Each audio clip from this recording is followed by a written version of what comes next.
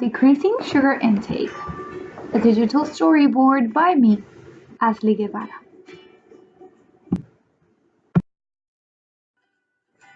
For this class, I decided to reduce the amount of sugar I consume. That was my overall goal. I decided to go on and make some additional smaller goals to help me keep track of myself, keep motivated, and essentially meet my overall goal. Some of the things I decided to do was to limit the amount of money I spend on sweets during the week.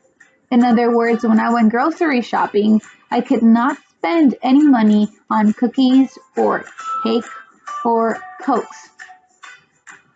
I also decided I could only have one can of Coke during the week.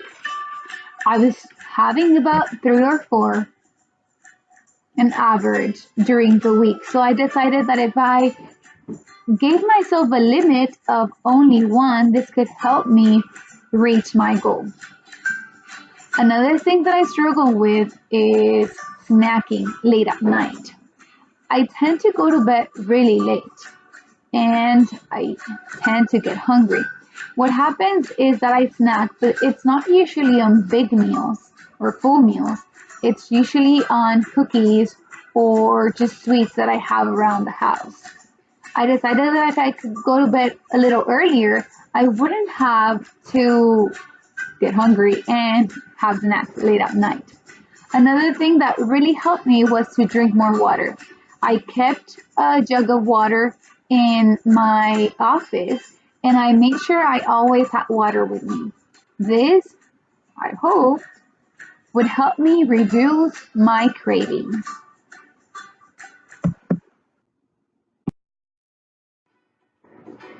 Here are some of the factors why I chose to focus on reducing sugar intake. First of all, was the physical experience of stomach aches. I have been experiencing this ache since I was diagnosed with IBS, and it usually tends to get worse as I consume more unhealthy food. Also, at the beginning of the year, I was checked, I got a biometric check in the place I work, and my cholesterol levels were not doing very good, or at least I was average. Um, some other thing is that also in my job, we got, I can't remember what the wellness aid, I can't remember what it's called, but basically, based on my behaviors, my health, and all the factors taken into consideration, I am 10 years older. Like my behaviors are reflected of those of a 35-year-old, and I am 25. And that's sort of scary. That is, in fact, really scary. And something that I mean, it's just there is that dependency in this behavior. I cannot have a full meal without having something sweet. And again, this is just one of the risk factors that involves engaging in addictive behaviors.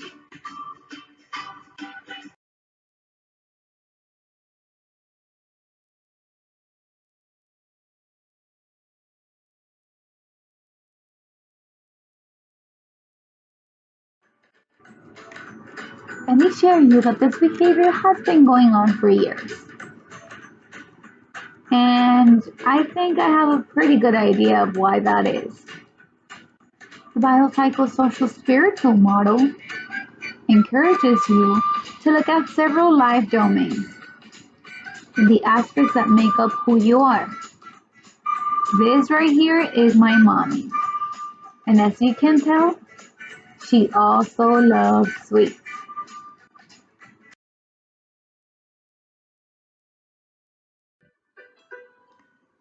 I left home to go to college about 6 years ago, and I can no longer blame mommy for the issue. But I know who to blame now. This is the new enabler, aka my husband. He's too sweet, he can't help it. Now, him and I live together, and it's only us two in the house. So this has been a barrier because he is not committed on the same goal I am. And even though I'm not spending any money on cookies, he can't help it but treat himself to some. Therefore, although I'm trying to not buy any, there's already some cookies and cake and sweets in my house because of him. Like I said, he is not committed on the same goal as I am. And he doesn't really have to.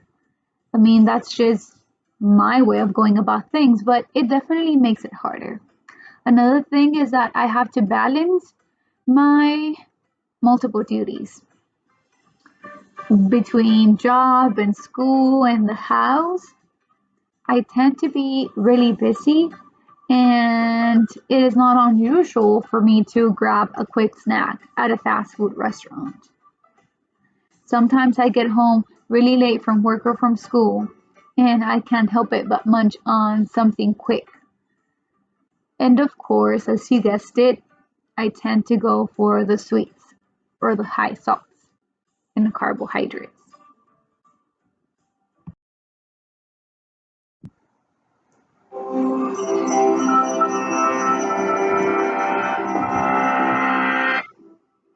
Picture warm, gooey cookies, crunchy candies, velvety cakes, waffle cones piled high with ice cream. Is your mouth watering? Are you craving dessert? Why? What happens in the brain that makes sugary foods so hard to resist? Sugar is a general term used to describe a class of molecules called carbohydrates, and it's found in a wide variety of food and drink.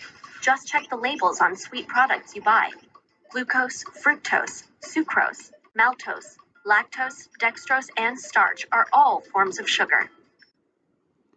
Really, really, why? Like I said, it is everywhere. But through the readings, the blogs, and my experiences attending the AA and NA meetings, I have come to understand that sugar behaves very, very like a drug, like any other drug. So, yes, sugar and any other form of carbohydrates act in a very similar way. How?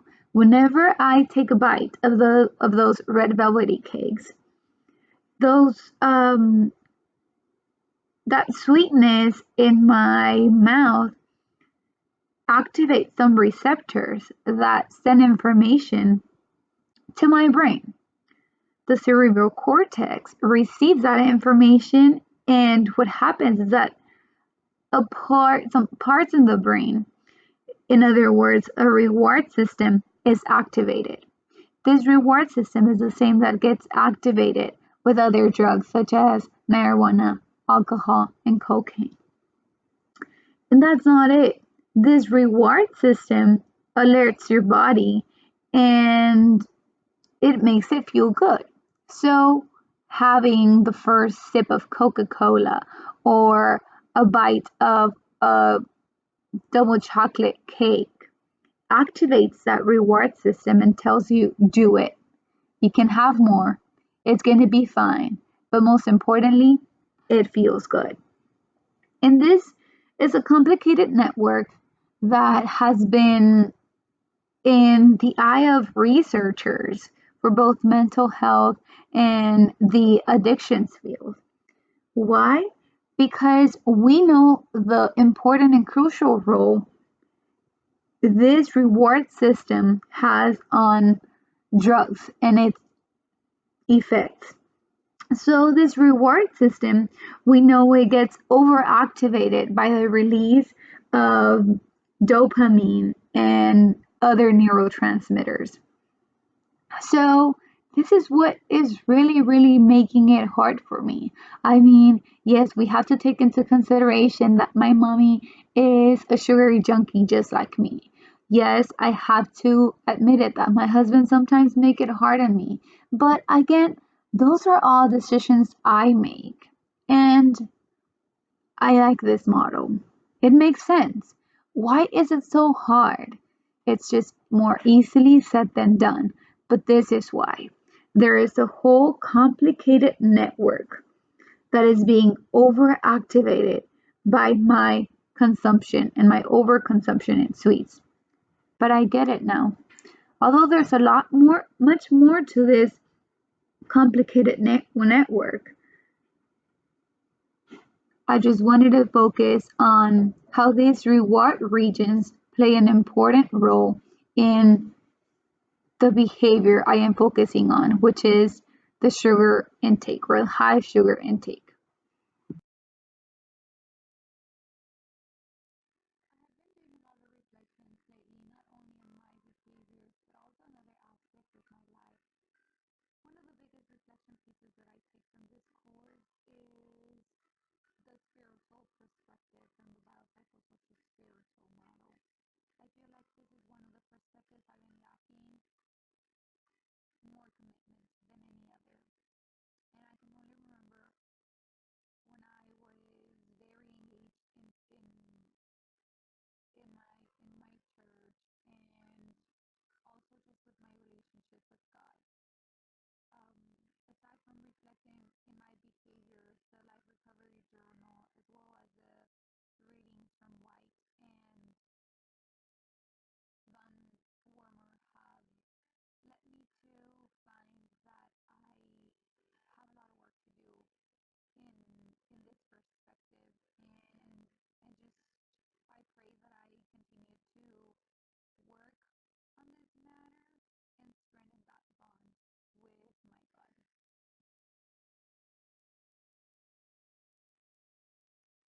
I feel like this class has provided me with a wealth of knowledge and understanding. One of the biggest things I've learned is that recovery is a process. It is a process that starts well before your first clean day. It starts by education in the schools. It starts by sharing your successes as well as your barriers with others.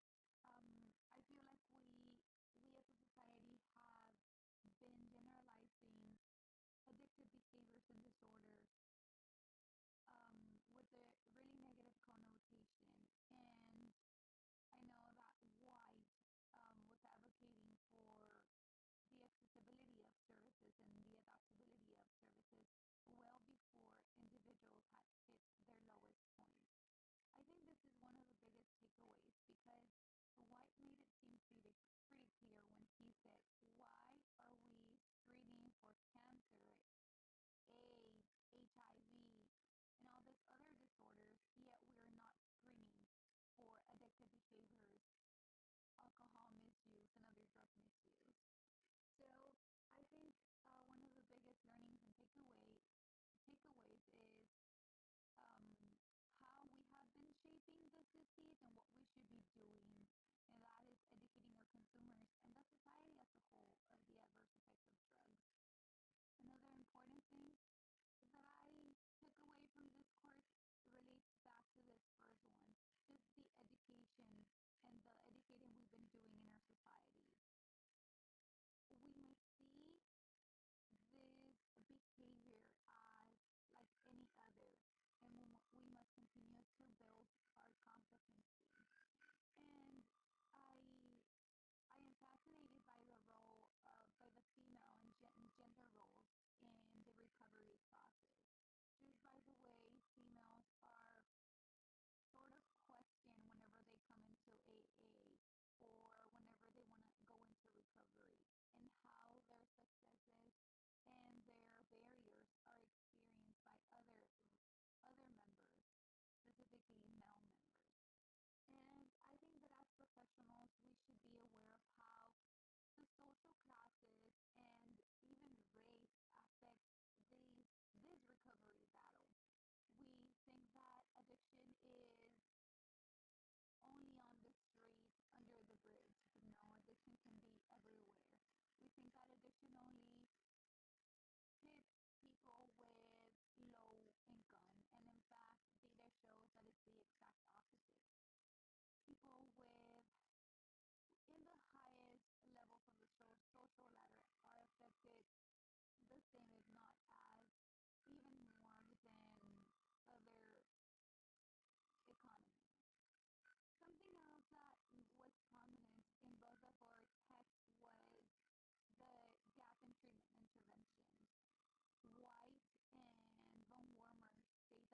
the lack of data in addiction recovery and the most effective processes.